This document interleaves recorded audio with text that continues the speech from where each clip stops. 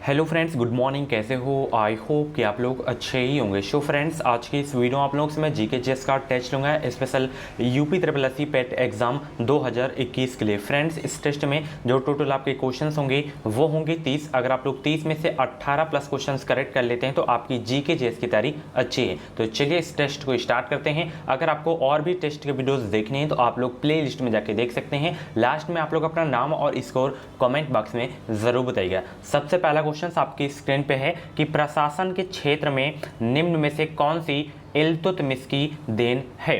पहला का right answer बताने का प्रयास करेंगे कि प्रशासन के क्षेत्र में निम्न में से कौन सी इल्तुतमिश की देन है। आंसर सोचने का ज़्यादा समय चाहिए तो आप लोग वीडियो को रोक भी सकते हैं। तो सभी लोग पहला का राइट आंसर बताने का प्रयास करेंगे।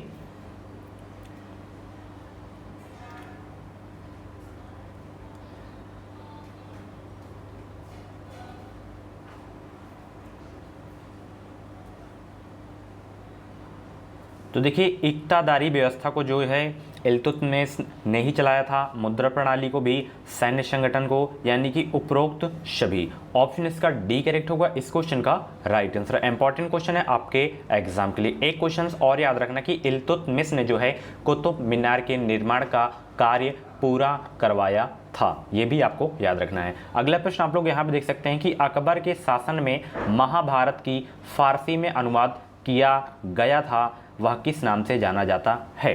सभी लोग दूसरा का राइट आंसर बताने का प्रयास करेंगे कि अकबर के शासन में महाभारत की फारसी भाषा में अनुवाद किया गया था, वह किस नाम से जाना जाता है।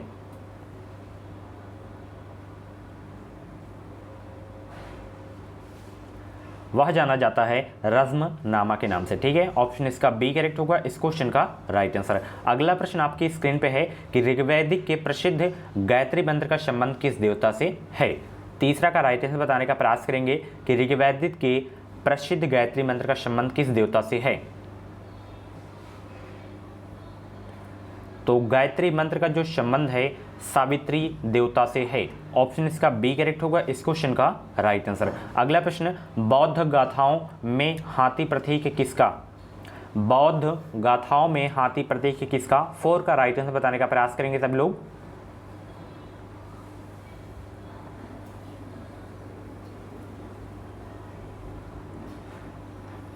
तो हाथी प्रतीक है बुद्ध के जन्म का। ठीक है, ऑप्शन इसका डी करेक्ट होगा इस क्वेश्चन का राइट आंसर। अगला प्रश्न आपकी स्क्रीन पे है, पानीपत की तीसरी लड़ाई 1761 में मराठों की सेना का औपचारिक संचालन किसने किया था। 5 का राइट आंसर बताने का प्रयास करेंगे।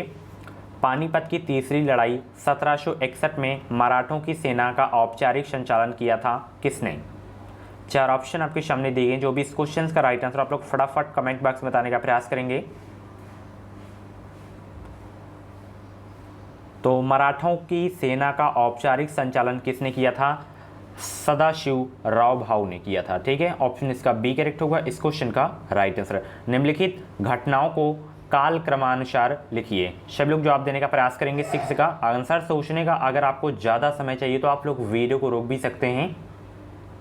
यहाँ पे मार्ले मिंटो सुधार है, क्रिप्स मिशन है, कैबिनेट मिशन है, मॉन्टेग्यू चेम्सफोर्ड सुधार। सब लोग 6 का राइट आंसर बताने का प्रयास करेंगे।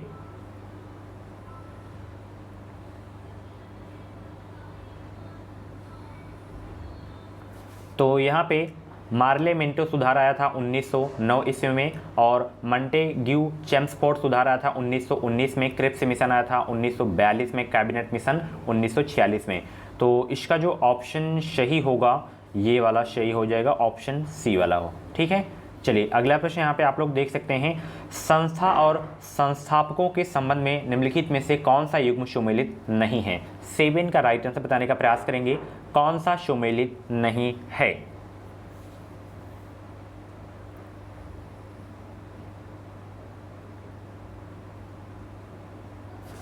यहाँ पे देख सकते हैं, थियोसोफिकल सोसाइटी की स्थापना किसने किए थे। एनी बेसेंट ने, ये तो आपका सही है। उसके बाद गदर पार्टी की स्थापना Lala Hardayal Singh. Home rule league Poona Bal Gangadhar तिलक हो जाएंगे। यहाँ पे इंडियन एसोसिएशन दिया गया है और यहाँ पे इसके सामने NM जोशी दिया गया है, ये तो आपका सुमेलित नहीं होगा। इंडियन एसोसिएशन के जो मतलब संस्थापक हैं वो हैं आनंद मोहन बोस और सुरेंद्र नाथ बनर्जी। ठीक है, तो ऑप्शन इसका डी वाला बिल्कुल करेक्ट हो जाएगा इस क्वेश्चन का राइट आंसर। अगला प्रश्न आपकी स्क्रीन पे है। ठीक है, अगला प्रश्न ये है, मॉन्टेग्यू चेम्सफोर्ड की रिपोर्ट किस आधार बनी थी? ये जो रिपोर्ट है किसका आधार बनी, ये आपको बताना है। तो ये जो रिपोर्ट है ये जो है आधार बनी थी भारतीय परिषद अधिनियम 1919 का जो है आधार बनी थी। ऑप्शन इसका बी करेक्ट होगा इस क्वेश्चन का राइट आंसर है। अगला प्रश्न आपकी स्क्रीन पे है, भारत विभाजन का वाल्कन प्लान उपज था किसका? भारत विभाजन का वाल्कन प्लान उपज था किसका? 9 का राइट आंसर बताने का प्रयास करेंगे सभी लोग। भारत विभाजन का वाल्कन प्लान उपज था किसका? तो ये जो है वाल्कन प्लान उपज था किसका था? ये था लॉर्ड माउंटबेटन के मस्तिष्क का। ठीक है, ऑप्शन इसका सी करेक्ट होगा इस क्वेश्चन का राइट आंसर। स्वतंत्रता के समय कांग्रेस के अध्यक्ष कौन थे? 10 का राइट आंसर बताने का प्रयास करेंगे। स्वतंत्रता के समय कांग्रेस के अध्यक्ष कौन थे? स्वतंत्रता के समय कांग्रेस के जो अध्यक्ष थे वो थे जेबी कृपलानी। ठीक है, ऑप्शन इसका सी करेक्ट होगा इस क्वेश्चन का राइट आंसर। इंपॉर्टेंट क्वेश्चन है आपके एग्जाम के लिए। ठीक है, चलिए अगला प्रश्न आपकी स्क्रीन पे यहाँ पे देख सकते हैं, नंदा देवी चोटी है किस हिमालय का भाग? नंदा देवी चोटी जो है किस हिमालय का भाग है ये आपको बताना है। 11 का राइट आंसर बताने का प्रयास करेंगे सब लोग।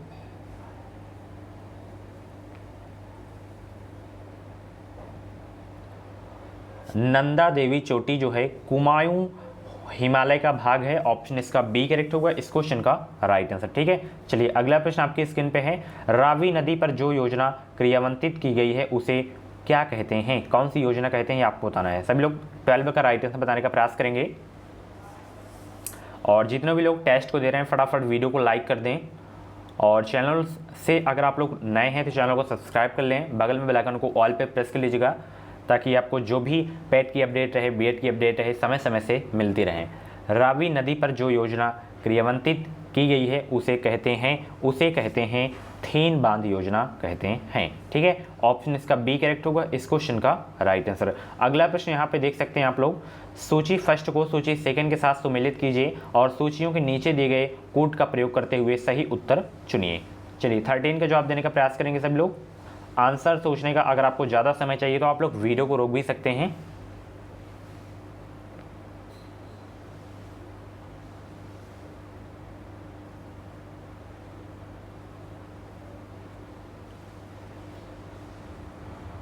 फटाफट 13 का जवाब देने का प्रयास करेंगे। एक तरफ वायुमंडलीय परत है, एक तरफ क्रियाएं हैं। देखिए क्षोभ मंडल का आपका चला जाएगा सामान्य ताप पतन दर पर, उसके बाद समताप मंडल का जो है वायु की क्षैतिज धारा का प्रवाह में चला जाएगा। उसके बाद ओजोन मंडल का जो है आपका चला जाएगा पराबैंगनी किरणों का अवशोषण हो जाएगा। उसके बाद आयन मंडल का विद्युत चुंबकीय किरणों का परावर्तन हो जाएगा। तो इसका देखिए ऑप्शन सी वाला बिल्कुल करेक्ट हो जाएगा। ठीक है, अगर आप लोग ऑप्शन सी को सिलेक्ट किए हैं तो आपका आंसर बिल्कुल सही है। ठीक है, यमुना नदी के किनारे बसा शहर कौन सा है? ऋषिकेश, बद्रीनाथ, आगरा, फर्रुखाबाद। 14 का जवाब देने का प्रयास करेंगे कि यमुना नदी के किनारे बसा शहर कौन सा है।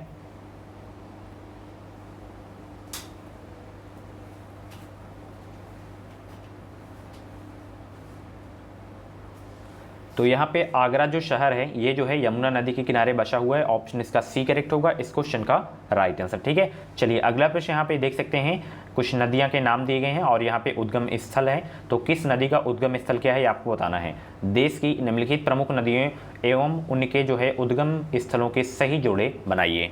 15 का जवाब देने का प्रयास करेंगे।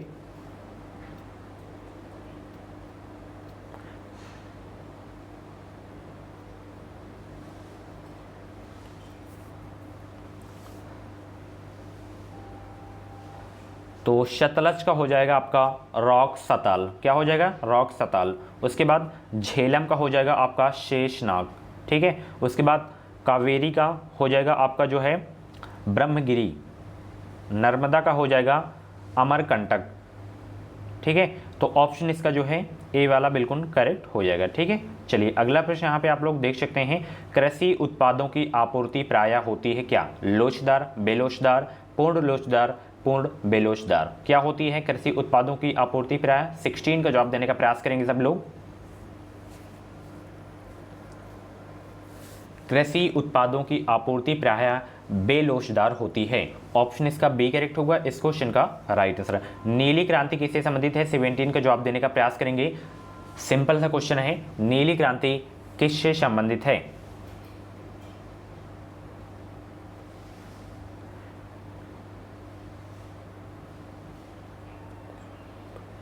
ये जो है संबंधित है मत्स्योद्योग। ऑप्शन इसका डी करेक्ट होगा इस क्वेश्चन का राइट आंसर। अगला प्रश्न यहाँ पे देख सकते हैं, इंडियन ऑयल कॉरपोरेशन का सबसे बड़ा रिफाइनरी कहाँ स्थित है। एक बार फिर से क्वेश्चन रिपीट कर रहा हूँ, इंडियन ऑयल कॉरपोरेशन का सबसे बड़ा रिफाइनरी कहाँ स्थित है।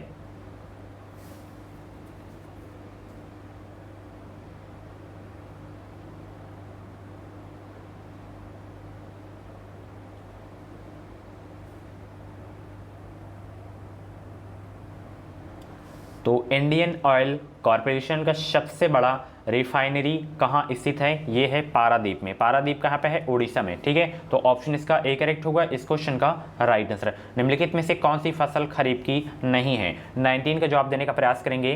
कौन सी फसल जो है खरीफ की नहीं है ये आपको बताना है, 19 का जवाब देने का प्रयास करेंगे।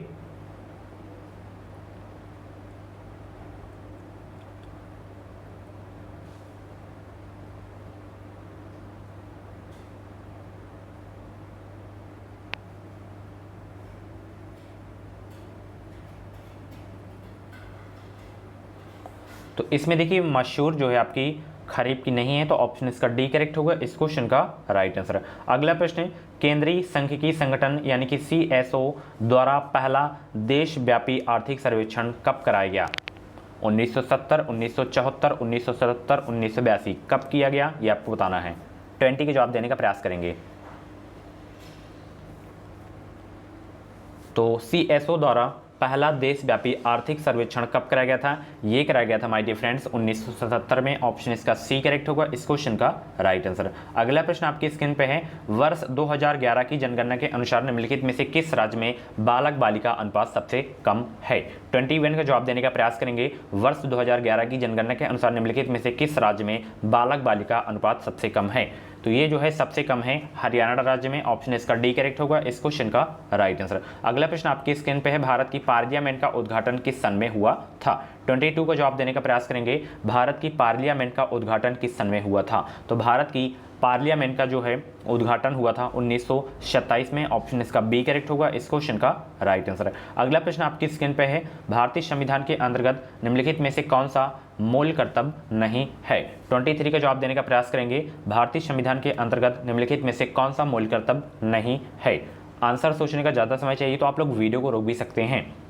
तो इसमें देखिए मूल कर्तव्य नहीं है लोक चुनाव में मतदान करना, ये जो है मूल कर्तव्य नहीं है। तो ऑप्शन इसका ए करेक्ट होगा इस क्वेश्चन का राइट आंसर। अगला प्रश्न आपकी स्क्रीन पे है, धन विधेयक भारतीय संविधान के किस अनुच्छेद में परिभाषित किया गया है। 24 को जवाब देने का प्रयास करेंगे। धन विधेयक भारतीय संविधान के किस अनुच्छेद में परिभाषित किया गया है। तो ये जो है अनुच्छेद 110 में परिभाषित किया गया है धन विधेयक। ऑप्शन इसका बी करेक्ट होगा इस क्वेश्चन का राइट आंसर। अगला प्रश्न, निम्नलिखित अनुच्छेदों में से कौन एक राज्य सरकार को ग्राम पंचायतों को संगठित करने के लिए निर्देशित करता है, उस अनुच्छेद को बताइए। 25 का जवाब देने का प्रयास करेंगे सब लोग।